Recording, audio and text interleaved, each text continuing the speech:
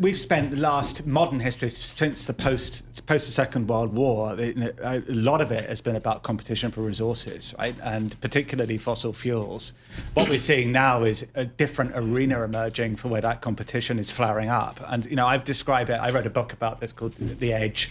I think we're at a real age moment in history, right. but there are several age moments. These are flashpoints, geopolitical flashpoints, right. where you find energy and capital right. coming together and flashing up. Arctic, obviously, is the big one everybody's talking about. Can I rip up the script? Sure. We were supposed to talk about Venezuela. That's yesterday's news. I want to talk to you about the new focus on the Arctic. Right. Americans, like our subtotal, as we watched Ice Station Zebra a million years ago. And I'm sorry, folks, in the continent of Europe and the United Kingdom, they're way more astute on this. When Elizabeth Economy writes in Foreign Affairs about the Arctic Ocean, with that authority, right. or someone like you at Sustainable Development, with that authority, what's the number one thing my audience needs to know about the myths of the Arctic Ocean? Okay, so I would say that think about the difference between the ocean and the crust.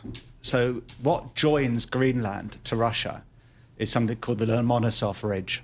The what? The Lomonosov Ridge. Okay. It's where my book starts, actually, in the Arctic.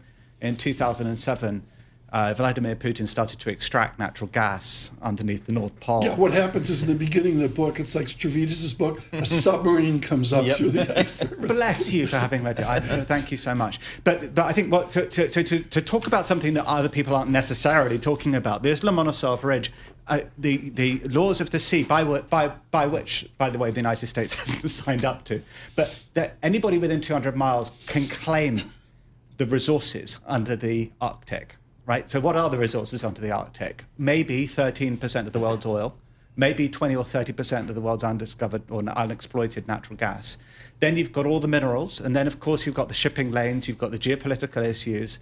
So this is where submarines. And you've got submarines, and I think a lot of your listeners who are informed about this may say, wait, this is going to be very expensive. It's very difficult to extract the oil and gas. Sometimes you do things to stop other people doing it. Now the other people claiming these resources because they claim ownership, directly or indirectly, of Russia and China. So to some degree, ownership of Greenland, it gives you that nexus to Lomonosov Ridge. Ownership is also, I think everybody's been scratching their head, why do we need to own it if we can put military bases there and help control shipping lanes?